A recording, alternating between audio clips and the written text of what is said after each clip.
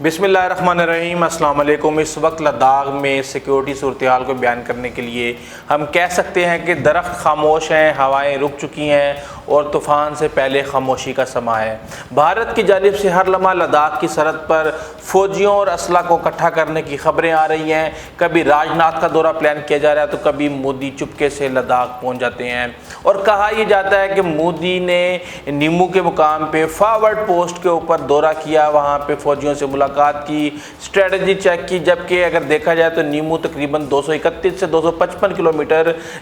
Galwan valley سے پہلے ہے، اور یہاں پہ یہ ایک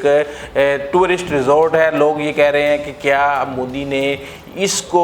فارورڈ پوسٹ کہہ کے چائنا کو یہ آفر کروائی ہے کہ وہ 250 کلومیٹر اور اندر آ کے قبضہ کر لے۔ اس کے علاوہ آپ ایک تصویر دیکھیں کہ مودی جی ہاسپٹل کے اندر ان لوگوں کی عیادت کر رہی ہیں جن کو مار پڑی تھی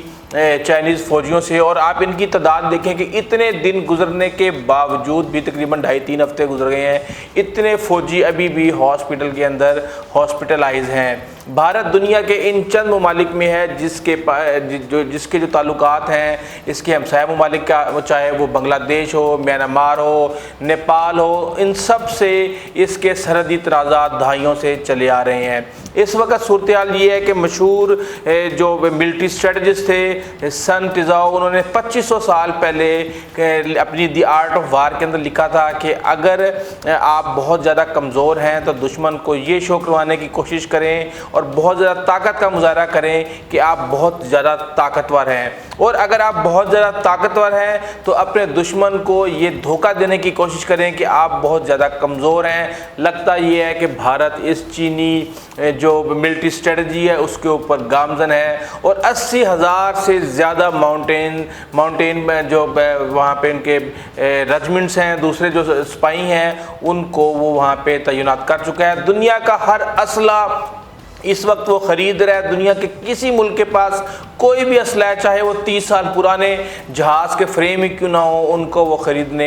جا رہا ہے، اور جسٹیفائی یہ کر رہا ہے کہ ہم 2-3 جنگیں لڑ رہے ہیں، ہم نے ادھر بھی لڑنا ہے، ہم نے پاکستان سے بھی لڑنا ہے، ہم نے چین سے بھی لڑنا ہے، ہم نے اپنے ملک کے اندر آزادی کی تحریکوں سے بھی لڑنا ہے، اور پتہ نہیں کیا کیا باتیں کر رہے ہیں۔ جبکہ چین نے کہہ دیا ہے کہ بندے بنو، آپ جو ہے نا اس طریقے سے دنیا کے جو قوانین ہیں، جو تجارت کے قوانین ہیں، جو ورلڈ ٹریڈ آرگنائزیشن کے قوانین ہیں، ان کو اس طرح اٹھا کے ردی کی ٹوکری میں نہیں پھینک سکتے، آپ خلاف ورزی کر رہے ہیں، اور اس حد تک آگے جائیں کہ آپ کو پیچھے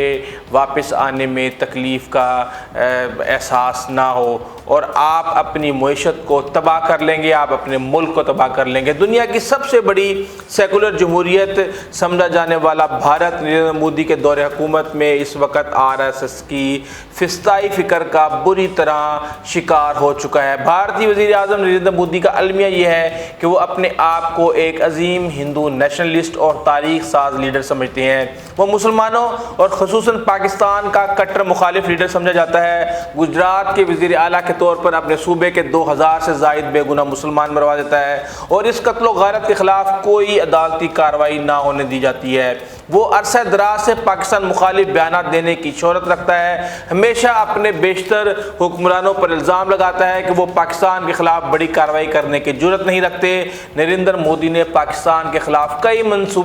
فوجی منصوبے بنائے، کولڈ سٹارٹ، فوجی حکمت عملی اور سرجیکل سٹرائک کا منصوبہ بھی آزمایا گیا، جس کا جواب پاکستان کی سخت جوابی کارروائی کی صورت میں سامنے آیا، اور اب اس کے پاس یہی صورت رہ گئی ہے کہ یہ دہشت گردی کی وارداتیں کروائے۔ پاکستان اور چین کے دو طرفہ تعلقات اور اقتصادی راہداری کا منصوبہ اور دہشت گردی کے خلاف پاکستان کی کامیابی پر سب باتیں بھارت کے لیے قابل قبول نہیں ہیں۔ اسی لیے چینی فوج کے ہاتھوں بھارتی فوج کی شرمناک رسوائی کے بعد بھارت نے پاکستان کے خلاف افغانستان کی سرزمین استعمال کر کے اسٹاک ایکسچینج ایسا دہشت گردی کا واقعہ کروایا۔ دہشت گردی کی پشت پناہی میں پڑوسی ملک کی خفیہ ایجنسی راہ ملوث ہے، اس کا اظہار عمران خان بھی کر چکے ہیں، جبکہ BJP نے اپنے ملک میں انتخابات جیتنے کا آسان نسخہ سمجھ رکھا ہے کہ پاکستان کو بھارت کے داخلی مسائل کا محور بنائے رکھا جائے، یوں بھارت کے حقیقی مسائل حل کیے بغیر ہی انہیں اپنے مقاصد حاصل ہو جاتے ہیں، اور خطے میں مستقل طور پر ایک تناؤ کا ماحول